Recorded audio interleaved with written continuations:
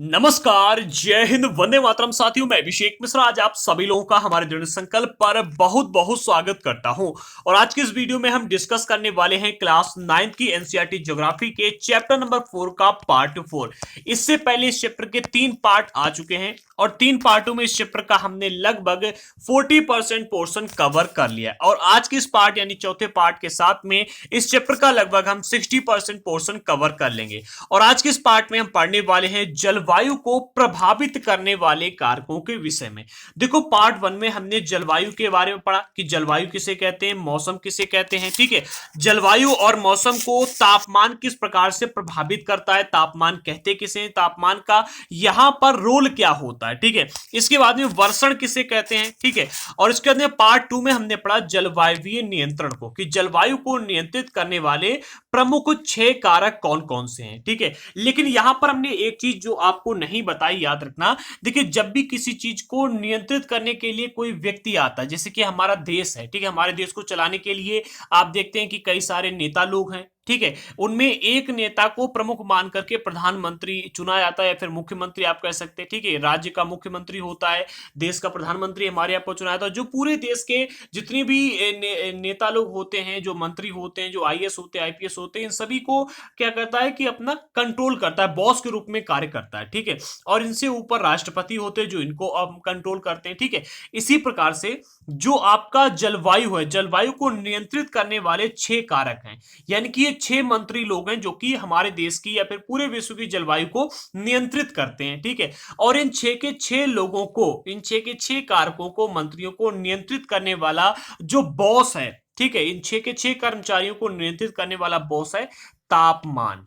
क्या है? तापमान। याद करिएगा, तापमान जो है इन 6 के 6 कारकों को अपने अंडर काम करवाता है, क्योंकि तापमान के आधार पर ही अक्षांश है। ठीक है, हम देखते हैं जो अक्षांश से अक्षांश रेखाएं ये होती हैं। ठीक है, सबसे मिड में आपको मिलती है विषुववृत्त, फिर इधर मिलती है कर्क रेखा, ये हो गई आपकी मकर रेखा। ठीक है, कर्क रेखा और मकर रेखा का महत्व इसलिए क्योंकि इन दोनों के बीच में सबसे अधिक तापमान पड़ता है। ठीक है, इसके बाद में कर्क रेखा और उत्तर ध्रुव वृत्त, दक्षिण ध्रुव वृत्त मकर रेखा से। ठीक है, इन दोनों के इलाके में सूर्य का प्रकाश कम पड़ पाता है, इस वजह से क्या है कि यहां पर क्या है कि शीतोष्ण कटिबंधीय इलाका बनता है। ठीक है, इसके बाद में उत्तर ध्रुववृत्त और उत्तरी ध्रुव के बीच में और कम प्रकाश पड़ता है, सूर्य का तापमान नहीं पहुंच पाता, इसलिए यहां पर शीत कटिबंध यानी कि सबसे अधिक सर्दी यहां पर पड़ती है, यहां पर कम पड़ती है, यहां पर सर्दी नहीं बल्कि गर्मी पड़ती है अधिकतर। ठीक है, तो ये तापमान इसको प्रभावित करता है। ठीक है, इसके बाद में तुंगता हो गई यानी कि ऊंचाई।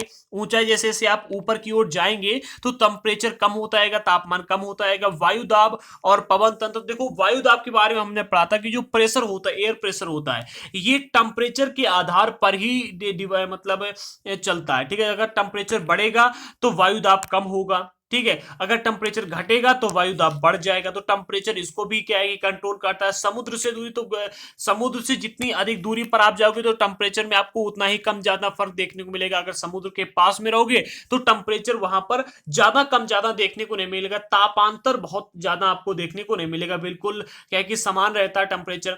महासागरीय धाराएं ये भी गर्म और ठंडी होती हैं। ठीक है, उच्चावच लक्षण इसको भी आगे समझेंगे। ठीक है, तो ये भी क्या है कि टेम्परेचर के आधार पर ही डिफाइन होती है। तो इन सभी का जो बॉस है वो कौन है? तापमान है, यानी कि टेम्परेचर। इस चीज को याद रखना। ठीक है, वैसे इन सभी चीजों के बारे में हमने पार्ट 2 में डिस्कस किया था और पार्ट 3 में हमने इन प्रश्नों को डिस्कस किया था। ठीक है, इनमें से एक प्रश्न जो आपके लिए मोस्ट इंपॉर्टेंट है वो है ये वाला, कि विश्व के अधिकतर जो मरुस्थल हैं वो उपोष्ण कटिबंधीय भागों में ही स्थित महाद्वीपों के पश्चिमी किनारों पर क्यों स्थित होते हैं। ठीक है, इसके 4 कारण बताए गए। ये यूपीएससी के मेंस एग्जाम में एक बार प्रश्न आया था, डायरेक्टली उठा करके बिल्कुल ऐसा ही प्रश्न आ गया था। ठीक है, तो इसको आप लोग समझना और पार्ट 3 में जाकर के इसे समझना, पढ़ना और याद रखना। ठीक है, आगे बढ़ते। अब आज का जो हमारा टॉपिक है वो है भारत की जलवायु को प्रभावित करने वाले कारक। देखो, हम आप सभी जानते हैं, अगर कोई व्यक्ति किसी को क्या है कि नियंत्रित करता है तो कोई ना कोई ऐसा व्यक्ति जरूर होता है जो उसको प्रभावित करने के लिए आता है। जैसे कि आप अपने शरीर को मेंटेन करके रखते हैं, ठीक है, या आपको कोई बीमारी ना लग जाए, लेकिन कोई ना कोई बीमारी आकर के आपको जरूर लगने का प्रयास करती है, वो आपको प्रभावित करने का प्रयास करती है। ठीक है, आपकी लाइफ अच्छी खासी चल रही होती मिलती है, लेकिन आपकी लाइफ में कोई ना कोई व्यक्ति ऐसा जरूर आता है जो आपकी लाइफ को प्रभावित करने का कार्य करता है, ठीक है, आपकी जिंदगी में उथल पुथल मचाने का कार्य करता है। ठीक इसी प्रकार से हमारे देश को नियंत्रित करने वाले जो ये राजनेता लोग हैं, ठीक है, ये हमारे देश को अच्छा खासा चला रहे होते हैं, लेकिन बाहरी ताकतें आकर के, जैसे कि आतंकवाद हो गया, ठीक है, और मतलब आप देख रहे हैं कि अभी युद्ध चल रहा है, ठीक है, ये ताकतें हो गई। तो कई सारे ऐसे फैक्ट होते हैं जो कि हमारे देश को क्या है कि बाहरी ताकतें प्रभावित करती। इसी प्रकार से जलवायु में भी, जलवायु को अगर नियंत्रित करने वाले कारक हैं तो प्रभावित करने वाले भी कुछ लोग हैं, ठीक है। तो हमने पार्ट 2 में पढ़ा था भारत में जो जलवायु है, पूरे विश्व की जलवायु, फिर भारत की कहें तो उसको नियंत्रित करने वाले कारकों के विषय में, और पार्ट 4 में आज हम पढ़ने वाले हैं भारत की जलवायु को प्रभावित करने वाले कारकों के विषय में। इसमें सबसे पहले मिलता है आपको अक्षांश, ठीक है। देखो अक्षांश के बारे में हम पहले बहुत कुछ पढ़ चुके हैं तो ज्यादा नहीं पढ़ेंगे, जो मेन टॉपिक है उससे हम आपको बता दें। देखो हमारी भारत देश पर जो रेखाएं पाई जाती हैं, सबसे मध्य में आपको मिलती है विषुवत रेखा, ठीक है, फिर आपको मिलती है कर्क रेखा, और फिर मिलती है ये आपको मकर रेखा। कर्क रेखा और मकर रेखा के जो बीच का इलाका है इसको कहा जाता है उष्ण कटिबंधीय इलाका। क्या कहा जाता है? उष्ण कटिबंधीय इलाका कहा जाता है। कर्क रेखा के बाद में एक रेखा यहां पर आपको मिलती है, कौन सी? ये जो रेखा, इस रेखा का नाम है उत्तर ध्रुव वृत्त, ठीक है, और यहां पर मिलता है दक्षिण ध्रुव वृत्त, ठीक है। तो इन दोनों के बीच वाला मकर रेखा और दक्षिण ध्रुव वृत्त, इसके बाद में जो आपकी ये उत्तर ध्रुव वृत्त है और कर्क रेखा, इन दोनों के जो बीच का इलाका होता है इसको कहा जाता है क्या? शीतोष्ण कटिबंधीय इलाका कहा जाता है। लेकिन एक चीज याद रखना, ठीक है, इसी प्रकार से इसे भी शीतोष्ण कटिबंधीय इलाका कहा जाता है, लेकिन यहां पर एक चीज याद रखना, जो आपकी कर्क रेखा है, ठीक है, कर्क रेखा के 10-15 डिग्री इधर, ठीक है, ये वाला यहां पर उपोष्ण कटिबंधीय इलाका आपको देखने को मिलता है। इसी प्रकार से यहां पर भी, ठीक है, उपोष्ण कटिबंधीय इलाका देखने को मिलता है। उपोष्ण कटिबंधीय इलाके में सर्दी और गर्मी दोनों का माहौल रहता है, ठीक है, जबकि अगर आप आओगे इधर तरफ उष्ण कटिबंध में तो यहां पर गर्मी का माहौल अधिक रहता है, सर्दी अधिक नहीं पड़ती है, ठीक है। जबकि उपोष्ण कटिबंधीय इलाके में, जो कि हमारा दिल्ली आता है यहाँ पर, ठीक है, उत्तर प्रदेश आता है, यहाँ पर बिहार आता है, ठीक है, और इसके बाद में आपका ये पंजाब आ जाता है, तो यहां पर आप देखोगे कि गर्मी और सर्दी दोनों के माहौल देखने को आपको मिलते हैं, ठीक है। तो ये आपका मिलता है उपोष्ण कटिबंधीय इलाका, जो कि आप 30 से 40 डिग्री के बीच में कह सकते हैं, ठीक है। अब आगे बढ़ते हैं, ये चीज आपको समझ में आ गई। अब जो कर्क वृत्त है ये देश के लगभग मध्य भाग से होकर के गुजरता है, जो कि पश्चिम में कच्छ के रण से लेकर के पूर्व में मिजोरम से होकर गुजरता है। जो कर्क रेखा ये हमारे देश के 8 राज्यों से होकर गुजरता है। इनमें सबसे पहला राज्य आता है राजस्थान, दूसरा है गुजरात, तीसरा है मध्य प्रदेश, चौथा है छत्तीसगढ़, पांचवा है झारखंड, छठा है पश्चिम बंगाल, सातवां है त्रिपुरा और आठवां आपको मिलता है मिजोरम। इन 8 राज्यों से होकर के हमारे देश में कर्क रेखा गुजरती है, जो कि हमारे देश को लगभग मध्य भाग से गुजरती है, तो 2 भागों में डिवाइड करती है। कितने? देश के लगभग आधा भाग कर्क रेखा के दक्षिण में चला जाता है और आधा भाग जो है उत्तर में स्थित है, ठीक है। तो जो कर्क रेखा के दक्षिण वाला आधा भाग है उसे कहा जाता है उष्ण कटिबंधीय क्षेत्र, और जो कर्क रेखा के उत्तर में स्थित आधा भाग है उसे कहा जाता है उपोष्ण कटिबंधीय। एक बार समझिएगा, ये हमारे देश का नीचे वाला इलाका और यहां से कर्क रेखा गुजरती है, ये आपका ऊपर मिलता है हिमालय पर्वत वगैरह, ठीक है। तो जो कर्क रेखा के दक्षिण वाला ये इलाका, इसको कहा जाता है उष्ण कटिबंध, ठीक है। ऊपर वाला जो इलाका है, ठीक है, जो आपका हिमालय तरफ जाता है, ठीक है, तो इसको कहा जाता है क्या? उपोष्ण कटिबंधीय इलाका। तो इस तरह से अगर आप देखोगे तो अक्षांश के आधार पर हमारे देश में 2 प्रकार की, कितनी? 2 प्रकार की जलवायु आपको देखने को मिलती है। एक हो गई उष्ण कटिबंधीय जलवायु और हो गई उपोष्ण कटिबंधीय जलवायु। तो दोनों जलवायु की विशेषता हमारे देश में आपको देखने को मिलती है। तो इस आधार पर आप ये कह सकते हैं कि अक्षांश हमारे देश की जलवायु को प्रभावित करता है, जिस वजह से हमारे यहाँ पर 2 प्रकार की जलवायु देखने को मिलती है। एक होगी आपको उष्ण कटिबंधीय जलवायु और दूसरी है उपोष्ण कटिबंधीय जलवायु, ठीक है। आगे बढ़ते हैं, अगला पॉइंट मिलता है ऊंचाई के आधार पर कैसे हमारे देश में जलवायु प्रभावित होती है, इसको भी समझिएगा। तो भाई आप सभी को पता है कि हमारे देश में हिमालय पर्वत पाया जाता है, ठीक है। तो भारत के उत्तर में हिमालय पर्वत है। जो हिमालय पर्वत की औसत ऊंचाई है वो कितनी है? औसत ऊंचाई है 6000 मीटर। कितनी है? 6000 मीटर, ठीक है। कितनी? 6000 मीटर। आप कह सकते हैं कि 6 किलोमीटर इसकी औसत ऊंचाई है। अब आप कहोगे कि भाई हिमालय पर्वत पे तो बहुत बहुत ऊंचे पर्वत हैं जिनकी 8000 मीटर से भी अधिक ऊंचाई है। तो देखिएगा, हिमालय पर्वत की हम यहाँ पर औसत ऊंचाई लेकर के आए, जो कितनी है? 6000 मीटर है। और भारत का जो तटीय क्षेत्र है, यानी जो भूभाग है, भूभाग की जो अधिकतम ऊंचाई है वो कितनी है? 30 मीटर है। एक चीज याद रखना, जो ये ऊंचाई बताई जाती है समुद्र तल से मापी जाती है, ठीक है, क्योंकि क्योंकि समुद्र तल आप अगर जमीन पर आओगे तो कहीं ऊंचा मिलेगा तो कहीं नीचा मिलेगा, तो आप यहां पर जमीन में तल निर्धारित कर ही नहीं सकते। लेकिन जल एक ऐसा चीज है, ठीक है, जो कि बिल्कुल स्थिर रहता है, जल ऊबड़ खाबड़ नहीं होता है, ठीक है, जल बिल्कुल समतल रहता है, समान रहता है, ठीक है। तो समुद्र तल से जो हमारा यहाँ का भारत का तट है, तटीय क्षेत्र, यहाँ की ऊंचाई कितनी है, 30 मीटर है। और जो आप हमारा हिमालय पर्वत, इसकी ऊंचाई कितनी, 6000 मीटर औसत ऊंचाई है, ठीक है। अब जो हिमालय पर्वत है ये हमारे लिए एक दीवार का कार्य करता है। हिमालय मध्य एशिया से आने वाली ठंडी हवाओं को भारतीय उपमहाद्वीप में प्रवेश करने से रोकता है। साइबेरिया साइड से हमारे देश में ठंडी हवाएं आती हैं, ठीक है, जिनको हमारे देश में आने से ये पर्वत रोकता है। अब यहां पर एक चीज रखना कि हमारा जो तटीय क्षेत्र है वो काफी विशाल है।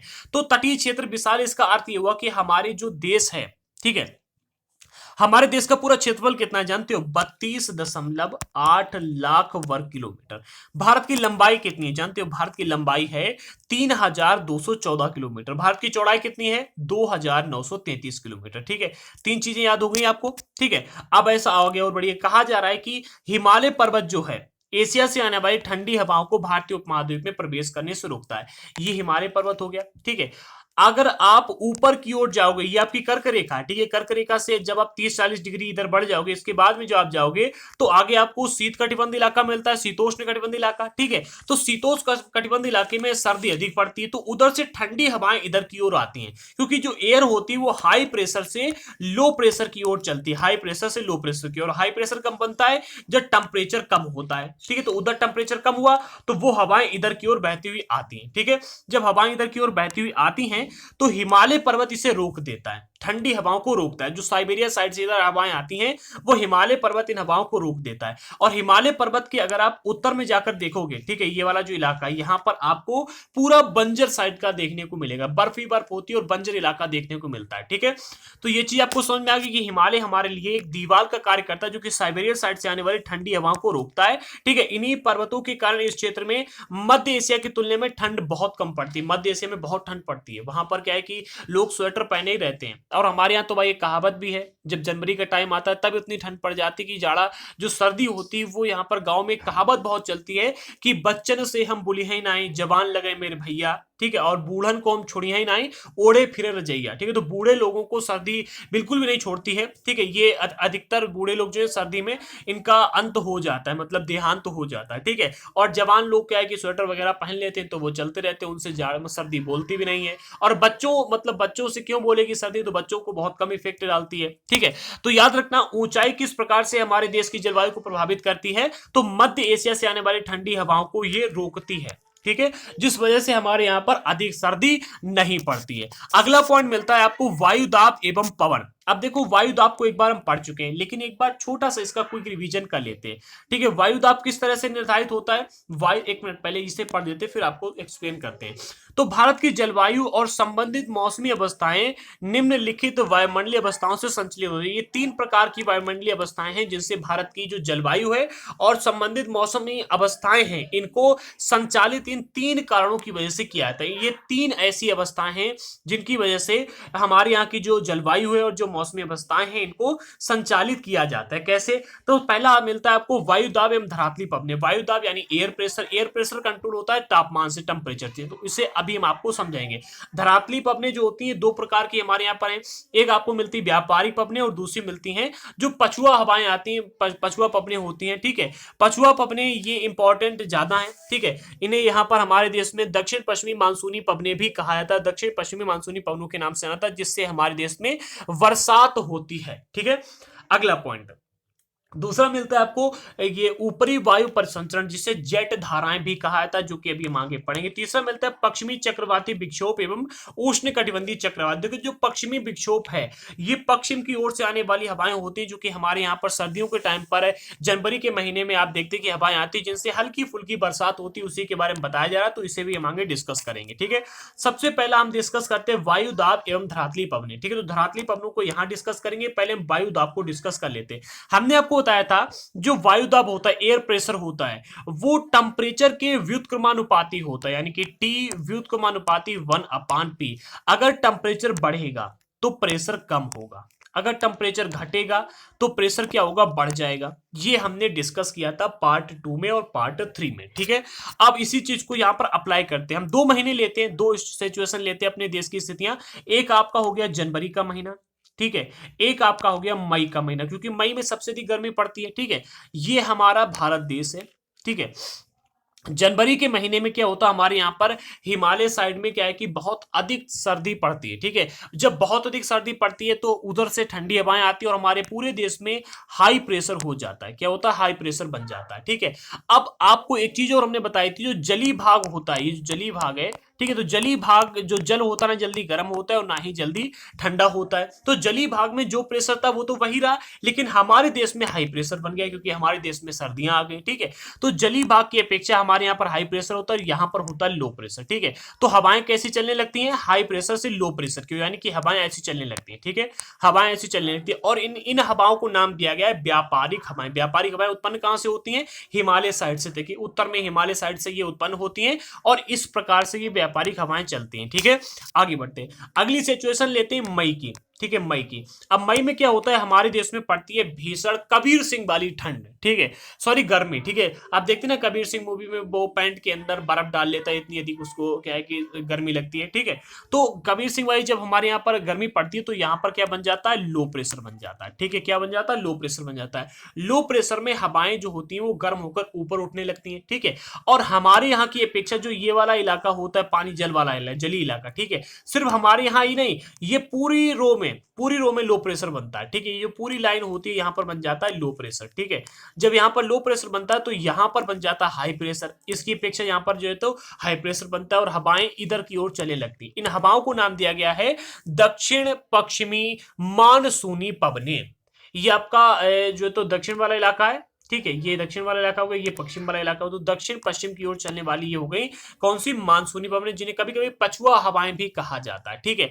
अब यहाँ पर आगे बढ़ते हैं और इस चीज को समझते हैं, इसी चीज को यहाँ पर अप्लाई करते हैं और समझते हैं, ठीक है। तो वायु दाब एवं धरातली पवनें, वायु दाब को तो आपने समझ ही लिया, ठीक है। धरातली पवनों को समझो। तो भारत उत्तर पूर्वी व्यापारिक पवनों यानी कि ट्रेड विंड्स वाले क्षेत्र में स्थित है, जहां पर भारत में ये व्यापारिक पवनें चलती है, ठीक है। ये पवनें उत्तरी गोलार्ध में उपोष्ण कटिबंधीय उच्च दाब पट्टियों से उत्पन्न होती है। कहां पर, उत्तरी गोलार्ध में उपोष्ण कटिबंधीय उच्च दाब पट्टियों से उत्पन्न होती है। उपोष्ण कटिबंधीय उच्च दाब पट्टियां कहां पर आती हैं, ये हमने आपको बताया जो हिमालय वाला क्षेत्र होता है वहां पर उच्च दाब बनता है सर्दियों के टाइम पर, ठीक है। और उपोष्ण कटिबंधीय इलाका वहीं पर होता है, ठीक है। तो वहां से ये हवाएं उत्पन्न होती हैं, ये दक्षिण की ओर बहती हैं। कहां पर बढ़ती हैं, दक्षिण की ओर ये बहती हैं। एक मिनट, अब देखो यहां पर एक चीज ध्यान देना, हमारे यहां पर उपोष्ण कटिबंधीय उच्च दाब पट्टियों से उत्पन्न होती हैं ये व्यापारिक पवनें। कब उत्पन्न होती हैं, जब हमारे यहां पर सर्दियों का टाइम आता है। हमारे यहां पर सर्दियों का टाइम आया, एक मिनट, पूरा हम पृथ्वी बना लेते हैं, ये हो गई पृथ्वी, ठीक है। तो जब हमारी ये हो गई विषुववृत्त रेखा, ये हो गई कर्क रेखा, ठीक है। तो यहां पर हमारा भारत देश स्थित है, ठीक है। तो हमारे यहां पर जब सर्दियों का टाइम आया तो सूर्य यानी कि इधर से थोड़ा सा इधर की ओर बढ़ा, ठीक है। तो यहां पर क्या हो गया, यहां पर गर्मियों का टाइम चल रहा है, ठीक है। यानी यहां पर टेम्परेचर हाई है, तो यहां पर क्या बना, यहां पर बना हाई प्रेशर, यहां पर बना हाई प्रेशर, ठीक है। और यहां पर एक मिनट हाई प्रेशर बनेगा, यहां पर बना लो प्रेशर, ठीक है। लो प्रेशर बन गया क्योंकि यहां पर गर्मी अधिक पड़ रही है और यहां पर क्या बना, हाई प्रेशर बना, ठीक है। यहां पर बना हाई प्रेशर। तो हवाएं कैसी चल रही हैं, हवाएं चलनी चाहिए ऐसी, ठीक है। हवाएं ऐसी चलनी चाहिए, ठीक है। लेकिन ये दक्षिण की ओर बहती हुई कोरियालिस बल के कारण दक्षिण की ओर विक्षेपित हो जाती है। एक मिनट, ये दक्षिण की ओर बहती कोरियालिस बल के कारण दाहिनी ओर विक्षेपित होकर विषुवतीय निम्न दाब वाले क्षेत्र की ओर बहती हैं। तो हमारे यहां पर ये कहा जा रहा है, ये कहा जा रहा है कि ये हमारी पृथ्वी है, ठीक है। ये मिडिल लाइन है, ये कर्क रेखा है, ठीक है। तो कर्क रेखा के पास जो हवाएं ऐसी आनी चाहिए, ठीक है, ये जो हवाएं व्यापारिक हवाएं ऐसी आनी चाहिए, ये क्या करती हैं, कोरियालिस बल की वजह से इधर की ओर विक्षेपित होकर के ये हवाएं ऐसी चलने लगती हैं, ठीक है। ये हवाएं ऐसी चलने लगती है यानी दाहिनी ओर विक्षेपित हो जाते हैं और विषुवतीय निम्न दाब वाले क्षेत्रों में बहती हैं। अब यहां पर इसका क्या कारण है कि ये हवाएं इधर की ओर विक्षेपित हो जाती है, आखिरकार कोरियालिस बल किसे कहते हैं, इस चीज को समझिएगा। तो कोरियालिस बल जो होता है पृथ्वी के घूर्णन के कारण उत्पन्न होता है, पृथ्वी के घूमने की वजह से उत्पन्न होता है। बेसिकली जब आप बाइक चलाते हैं, ठीक है, या फिर आप क्या है कि दौड़ते हैं, तो आप देखेंगे आपने जो भी कपड़े पहन रखे हैं या फिर जो जब आप ऐसे समझिए अगर आपने किसी लड़की के साथ में स्कूटी या फिर बाइक पर बैठे हैं और लड़की के बाल खुले हैं, तो आप देखेंगे कि जब आगे बढ़ोगे तो लड़की के बाल पीछे की ओर उड़ेंगे। ठीक है, आपने अगर गमछा डाल के रखा हुआ या कपड़े पहन के रखे हुए, जब आप आगे की ओर भागोगे तो आपका गमछा पीछे की ओर उड़ेगा। ठीक है, ऐसा होता है जब लड़कियां क्या कि कई बार रील्स बनाती हैं, आप देखते हैं वो रुपट्टा अपना डाल के बनाती है, आगे की ओर भागती है, रुपट्टा पीछे उड़ता जाता है। ठीक है, इसके ऊपर एक गाना भी बनाया कि उड़ ना जाए लाल रुपट्टा रे। ठीक है, तो ये क्या होता है, कोरियलिस बल की वजह से जब पृथ्वी ऐसी गति करती है, ठीक है, तो पृथ्वी पर जो वायु होती है वो पीछे की ओर भागती है। ठीक है, ये विक्षोपित हो जाती है। विक्षोपित हो जाती है, यहां पर एक आभासी बल लगता है।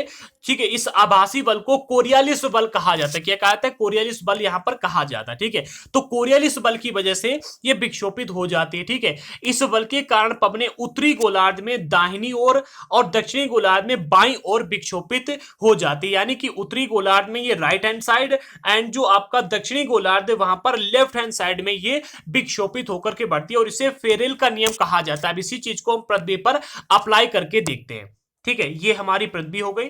ठीक है, ये पृथ्वी हो गई, ये आपकी मिडिल लाइन हो गई, ये कर्क रेखा हो गई, और ये हो गई आपकी मकर रेखा। ठीक है, कर्क रेखा के साइड से जो हवाएं ऐसी आनी चाहिए थी, ठीक है, ये व्यापारिक हवाएं जो ऐसी आ रही थी, वो क्या हुआ, कोरियलिस बल की वजह से, पृथ्वी के घूर्णन करने की वजह से इधर की ओर, यानी कि किधर की ओर बताया जा रहा है, दाहिनी ओर। ठीक है, तो ये आपका इनका दाहिना इलाका हो गया, राइट हैंड साइड हो गया, तो इधर की ओर ये विक्षोपित हो जाती है।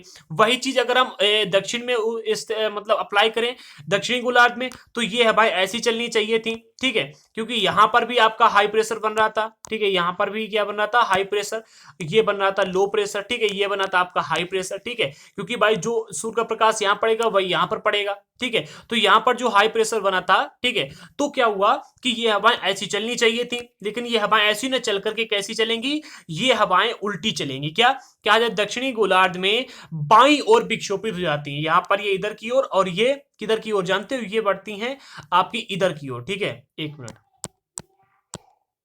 इनका दायां ये हुआ और इनका बायां ये हुआ। ठीक है,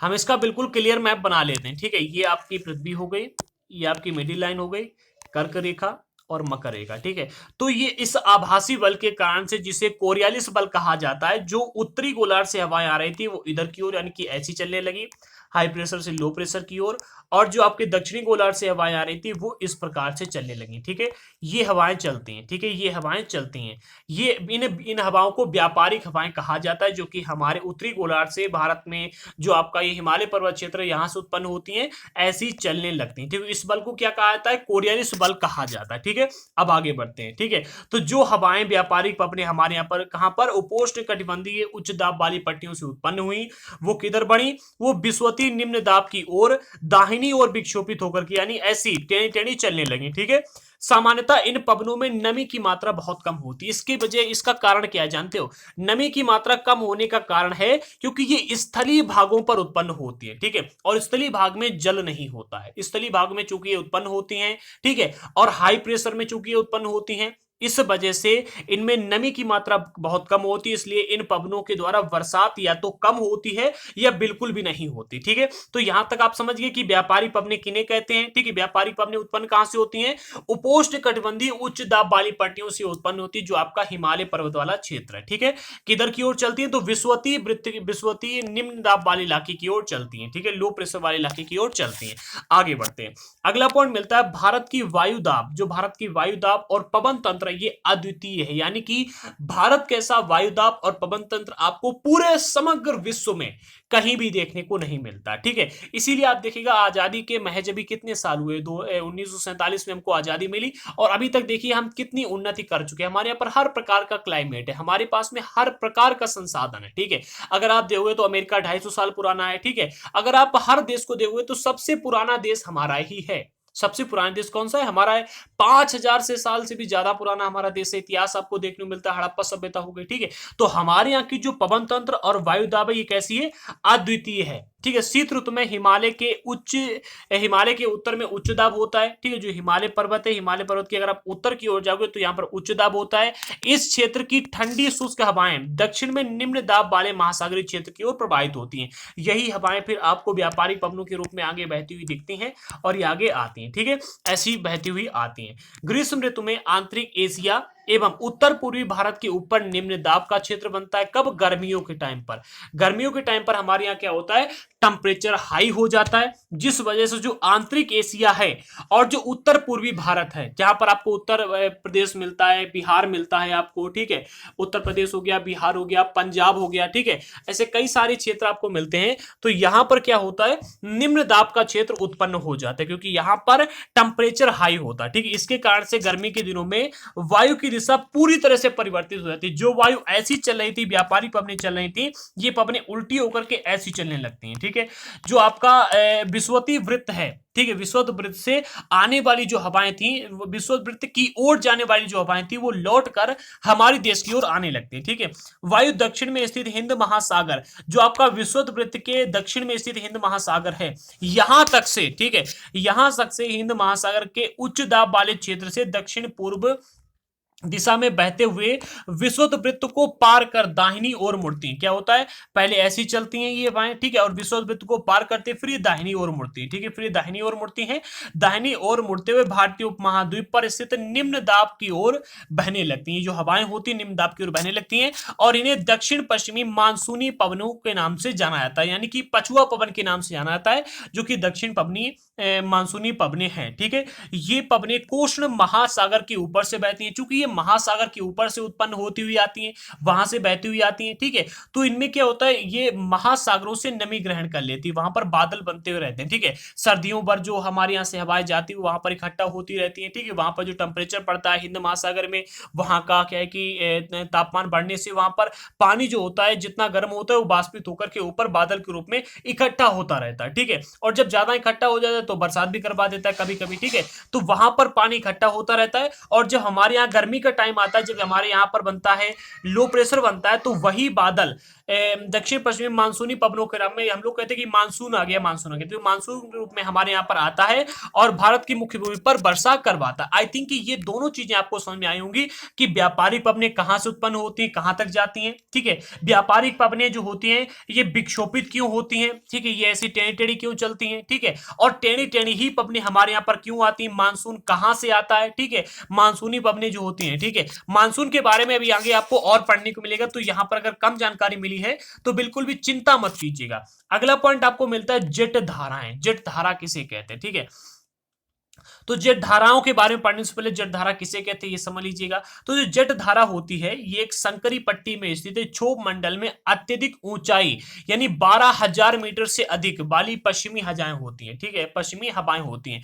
बेसिकली आप इसको देखिए, इसको समझने के लिए आप एक काम कीजिएगा, पहले मैप यहाँ पर ड्रॉ करते हैं, उसके आधार पर आपको बताते हैं ताकि आपको अच्छे ढंग से ये समझ में आ जाए, ठीक है। आपने यूरोप के बारे में पढ़ा है, ठीक है, एशिया के बारे में पढ़ा है, इसके बाद में आपने पढ़ा होगा ऑस्ट्रेलिया अफ्रीका के बारे में, ठीक है। तो इन तीनों चीजों को समझिएगा। देखो ये आपका क्या हो गया, एक मिनट एक मिनट, ये आपका यूरोप है, ठीक है। यूरोप के बाद में ये आपको मिलता है अफ्रीका, ठीक है, ये आपको अफ्रीका मिलता है, ठीक है।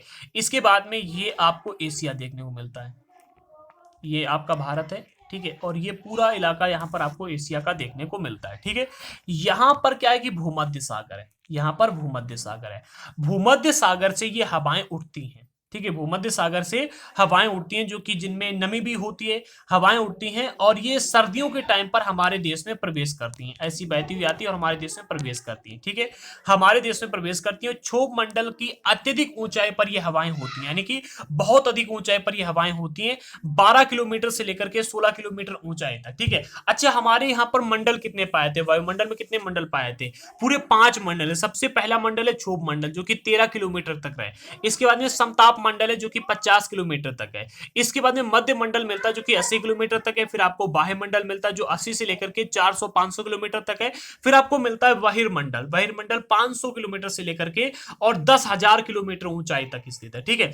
तो जो ये जेट धाराएं होती हैं क्षोभ मंडल में अत्यधिक ऊंचाई पर बहने वाली हवाएं होती हैं, ठीक है, जो कि लगभग आप कह सकते हैं कि 9 किलोमीटर ऊंचाई से और 9 किलोमीटर ऊंचाई से 12, 13, 14 किलोमीटर ऊंचाई तक ये हवाएं बहती हैं, ठीक है। अब इन हवाओं में गति कितनी होती है, तो गर्मियों के टाइम पर इन हवाओं में गति होती है 110 किलोमीटर प्रति घंटा। आपने कभी 110 किलोमीटर से बाइक चलाई है, या फिर कार पर बैठे हैं, बिल्कुल उतनी ही रफ्तार से, ठीक है। और सर्दियों के टाइम पर इनकी जो रफ्तार होती है वो बढ़ जाती है, 184 किलोमीटर प्रति घंटा इनकी रफ्तार हो जाती है, ठीक है। तो ये दोनों चीज याद रखना, ठीक है।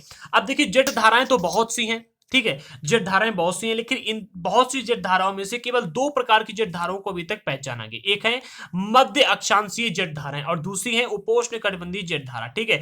तो आज हम जिन धाराओं के बारे में पढ़ने वाले हैं वो उपोष्ण कटिबंधीय जेट धाराओं के बारे में हम यहाँ पर पढ़ेंगे, ठीक है। तो जेट धाराएं लगभग 27 डिग्री से लेकर के 30 डिग्री उत्तरी अक्षांश के बीच में स्थित हैं। जो आपको जेट धाराएं देखने को मिलती हैं वो 27 डिग्री उत्तरी अक्षांश से लेकर के 30 डिग्री, यानी कर्क रेखा के बाद में 23.5 डिग्री पर कर्क रेखा है, तो कर्क रेखा के बाद में उपोष्ण कटिबंधीय इलाके में, ठीक है, उपोष्ण कटिबंधीय इलाके में ये जेट धाराएं उपस्थित हैं, ठीक है। अब इसलिए इन्हें उपोष्ण कटिबंधीय पश्चिमी जेट धारा कहते हैं। हाँ, एक चीज और याद रखना, जो यहाँ पर उपोष्ण कटिबंधीय जेट धारा है ये दो प्रकार की होती है। एक है उपोष्ण कटिबंधीय पश्चिमी जेट धारा और एक है उपोष्ण कटिबंधीय पूर्वी जेट धारा। तो जेट धाराएं भी, जो उपोष्ण कटिबंधीय जेट धारा होती है दो प्रकार की होती है। कौन सी? उपोष्ण कटिबंधीय पूर्वी जेट धारा, एक है उपोष्ण कटिबंधीय पश्चिमी जेट धारा। तो जो पश्चिमी जेट धाराएं होती हैं ये भारत में ग्रीष्म ऋतु को छोड़ करके और पूरे वर्ष यानी गर्मियों के टाइम को छोड़ करके और पूरे वर्ष हिमालय के दक्षिण में प्रवाहित होती रहती है। यानी कि जो हमारा हिमालय पर्वत है, हिमालय के इधर साइड आप कहोगे कि यहाँ पर कहाँ कहाँ पर प्रवाहित होती हैं, तो हिमालय के दक्षिण वाला इलाका जैसे कि दिल्ली हो गया, ठीक है, दिल्ली के बाद में आपका उड़ीसा हो गया, ठीक है, उड़ीसा, आंध्र प्रदेश हो गया, असम हो गया, ठीक है, पंजाब हो गया, इसके बाद में आपका लद्दाख हो गया, कश्मीर हो गया। यहाँ पर ये जो हवाएं हैं ये जेट धाराएं गर्मियों को छोड़ करके, गर्मियों में केवल प्रवाहित नहीं होती हैं, इसके अलावा और ये हवाएं यहाँ पर प्रवाहित तो होती रहती है, ठीक है। ये कहाँ पर पाई जाती हैं? तो 27 डिग्री उत्तरी अक्षांश से लेकर के 30 डिग्री उत्तरी अक्षांश के बीच में ये जेट धाराएं पाई जाती है। इनका उत्थान कहाँ से होता है? तो इनका उत्थान होता है जो आपका भूमध्य सागर है, ठीक है, भूमध्य सागर है, यूरोप और अफ्रीका के बीच में छोटा सा भूमध्य सागर है, वहां से ये उत्पन्न होती है, ठीक है, और बहती हुई हमारे देश की तरफ आती है, ठीक है। इस पश्चिमी प्रवाह के द्वारा देश के उत्तर एवं उत्तर पश्चिमी भाग में पश्चिमी चक्रवाती विक्षोभ आते हैं। अब हमने एक नाम पढ़ा था अभी जब हम स्टार्ट की थी इसको, तो हमने वहां पर पढ़ा था कि पश्चिमी चक्रवाती विक्षोभ एवं उष्ण कटिबंधीय चक्रवात, ठीक है। देखो पश्चिम की ओर से आने वाली ये हवाएं हैं, इसलिए इनको पश्चिमी हवाएं कहा जाता है। पश्चिमी विक्षोभ इनको कहा जाता है क्योंकि ये पश्चिम की ओर से आ रहे हैं, पश्चिम की ओर से आ रही हैं। अब ये जब जेट धाराएं के रूप में ले लेती हैं, ठीक है, जेट धाराएं उधर से आती है, इसलिए इनको पश्चिमी चक्रवाती विक्षोभ कहा जाता है, ठीक है। तो इस पश्चिमी प्रवाह के द्वारा देश के उत्तर एवं उत्तर पश्चिमी भाग में पश्चिमी चक्रवाती विक्षोभ आता है। आपने कई कई बार सुना होगा टीवी में, सर्दियों के टाइम पर देखा होगा कि दिल्ली हो गया, असम हो गया, ठीक है, यहाँ पर पानी बरसने लगता है, ज्यादा नहीं बरसता है, फव्वारा टाइप का बरसता है, बहुत ही रिमझिम बारिश होती है, हल्की हल्की बारिश हो जाती है, ठीक है। ये बारिश इसी विक्षोभ के कारण से होती है, इसी विक्षोभ के कारण से होती है। तो ये हल्की बारिश होती है, चाय की खेती के लिए बहुत ही लाभदायक होती है, ठीक है। अब गर्मियों के टाइम में आ जाएगा, तो गर्मियों में सूर्य का आभासी गति, ठीक है, सूर्य की आभासी गति के कारण उपोष्ण कटिबंधीय पश्चिमी जेट धारा जो होती है हिमालय के उत्तर में चली जाती है, ठीक है। सूर्य क्या होता है, हल्का सा जो कर्क रेखा होती है, कर्क रेखा से इधर की ओर आता है गर्मी के टाइम पर, ठीक है, थोड़ा सा इधर की ओर आता है। तो क्या होती है, ये जो जेट धारा होती है ये क्या है कि विक्षोभित होकर के यानी कि थोड़ा सा हट करके हिमालय के उत्तर में चली जाती है, सिर्फ गर्मी के टाइम पर ही ये वहां पर जाती है, ठीक है। और तब क्या होता है, जब ये उत्तर की ओर जाती है हिमालय के, तो ये दो भागों में डिवाइड हो जाती है। एक भाग तो उत्तर की ओर चला जाता है और एक भाग विक्षोभित होकर के 14 डिग्री उत्तरी अक्षांश की ओर प्रवाहित होता है, ठीक है। एक पूर्वी जेट धारा जिसे उपोष्ण कटिबंधीय पूर्वी जेट धारा कहा जाता है, गर्मी के महीनों में प्रायद्वीपीय भारत के लगभग 14 डिग्री उत्तरी अक्षांश में प्रवाहित करता है। कितने? 14 डिग्री उत्तरी अक्षांश में, यानी कर्क रेखा के अंदर, ठीक है, कर्क रेखा के अंदर, यानी कि भारत का जो निचला इलाका है, ये वाला इलाका यहां पर प्रवाहित करती है, ठीक है, यहाँ पर ही धारा प्रवाहित होती है, ठीक है, इसकी वजह से यहाँ पर ही बरसात वगैरह भी करवाती है। तो ये चीज आपको याद रखनी, ठीक है। जेट धारा किसे कहते हैं भी हमने आपको बता दिया, ठीक है। और जेट धारा कहाँ प्रवाहित होती है बता, जेट धारा दो प्रकार की होती है। कौन कौन सी? एक मध्य अक्षांशीय और एक उपोष्ण कटिबंधीय जेट धारा। मध्य अक्षांशीय जेट धारा को आगे पढ़ेंगे, ठीक है, ये भी यहाँ पर नहीं दिया गया है। जो उपोष्ण कटिबंधीय जेट धारा होती है दो प्रकार की होती है, एक आपको मिलती है उपोष्ण कटिबंधीय पश्चिमी जेट धारा, एक आपको मिलती है उपोष्ण कटिबंधीय पूर्वी जेट धारा, ठीक है। जो उपोष्ण कटिबंधीय पश्चिमी जेट धारा ये गर्मी को छोड़ करके और पूरे साल हमारे हिमालय पर्वत के उत्तर की दिशा में प्रवाहित होती रहती हैं और यहाँ पर सर्दियों के टाइम पर ये हल्की हल्की रिमझिम बारिश भी करवाती हैं। और ये जो धाराएं होती है 27 डिग्री से लेकर के 30 डिग्री उत्तरी अक्षांश के बीच में प्रवाहित होती हैं, यानी कि स्थित है यहाँ पर, ठीक है। और जो आपको उपोष्ण कटिबंधीय पूर्वी जेट धारा द्वारा मिलती हैं। ये 14 डिग्री उत्तरी अक्षांश में प्रवाहित होती हैं। कब? गर्मियों के टाइम पर, केवल गर्मियों के टाइम पर ये यहाँ पर चलती है। ठीक है, आगे बढ़ते हैं। और जेट धाराओं की रफ्तार कितनी होती है? तो गर्मियों के टाइम पर 110 किलोमीटर प्रति घंटा और सर्दियों के टाइम पर 184 किलोमीटर प्रति घंटा। 184 किलोमीटर की स्पीड में कभी किसी ने गाड़ी चलाई है? कार में बैठे हो तो चलाई हो सकती है, बट बाइक तो मतलब बहुत ही कम लोग ऐसी रिस्क लेते हैं। मैं कभी नहीं कहूंगा कि आप 110 किलोमीटर पर भी चलाओ, ये भी बहुत रफ्तार होती थी। ठीक है, इसके बाद में अगला पॉइंट मिलता है पश्चिमी चक्रवाती विक्षोभ। ये कहते किसी, इसको समझिएगा। सर्दी के महीनों में उत्पन्न होने वाला पश्चिमी चक्रवाती विक्षोभ भूमध्य सागरीय क्षेत्र से आने वाली पश्चिमी प्रवाह के कारण होता है। जो देखिए हमने अभी आपको बताया, भूमध्य सागर से जो पश्चिमी हवाएं आती हैं, ठीक है, इन्हीं की वजह से ये इसी उत्पन्न होता है। ठीक है, तो सर्दी के महीनों में उत्पन्न होने वाला पश्चिमी चक्रवाती विक्षोभ भूमध्य सागरीय क्षेत्र से आने वाले पश्चिमी प्रवाह के कारण होता है। ठीक है, ये वे प्राय भारत के उत्तर एवं उत्तर पश्चिमी क्षेत्र जो है, उत्तर और उत्तर पश्चिमी क्षेत्रों को प्रभावित करते हैं। यहाँ बरसात वगैरह होती है। ठीक है, उष्णकटिबंधीय चक्रवाती मानसूनी महीनों के साथ साथ अक्टूबर एवं नवंबर जो महीना आता है आपका, ठीक है, उष्णकटिबंधीय चक्रवात जो होता है मानसून महीनों के साथ साथ जो आपका अक्टूबर और नवंबर का महीना आता है, ठीक है, तथा पूर्वी प्रवाह के एक भाग होते हैं। ठीक है, महीने में आते हैं। ठीक है, ये इस अक्टूबर नवंबर महीने में आते हैं और मतलब ये मानसूनी महीनों में भी ये आते हैं। ठीक है, तो ये पूर्वी प्रवाह के एक भाग होते हैं और एवं देश के तटीय क्षेत्रों को प्रभावित कर, जो देश के तटीय क्षेत्र होते हैं उनको ये प्रभावित करते हैं अक्टूबर नवंबर के महीने में भी। और जो मानसून आता है, मानसून के टाइम पर भी ये प्रभावित करते हैं यहाँ पर। ठीक है, तो इसकी वजह से यहाँ पर बारिश वगैरह होती है। ठीक है, तो ये आई थिंक कि आपको समझ में आए होंगे। इसके बारे में आगे अभी आपको और पढ़ना पड़ेगा, डिटेल में पढ़ने को मिलेगा। ठीक है, अगला टॉपिक आपको मिलता है भारतीय मानसून। तो भारतीय मानसून के बारे में हम पार्ट नंबर 5 में पढ़ेंगे, जो कि मोस्ट इंपॉर्टेंट है। ठीक है, और नेक्स्ट पार्ट जल्द ही लाएंगे, आज शाम को या फिर कल सुबह इसका अगला पार्ट भारतीय मानसून का आएगा। मिलते हैं अगले वीडियो के साथ में। तब तक के लिए अगर आपको इसमें कोई भी ऐसा टॉपिक समझ में नहीं आया तो कमेंट बॉक्स में अभी बता दीजिएगा, जबकि जब हम इसका पार्ट 5 लाएं तो उसमें एक्सप्लेन कर दें। आई थिंक कि सभी टॉपिक बिल्कुल कंप्लीट आपको समझ में आए होंगे, क्योंकि मैंने एक एक टॉपिक को गहराई से समझाया है। और मिलते हैं अगले वीडियो के साथ में, तब तक के लिए जय हिंद साथियों।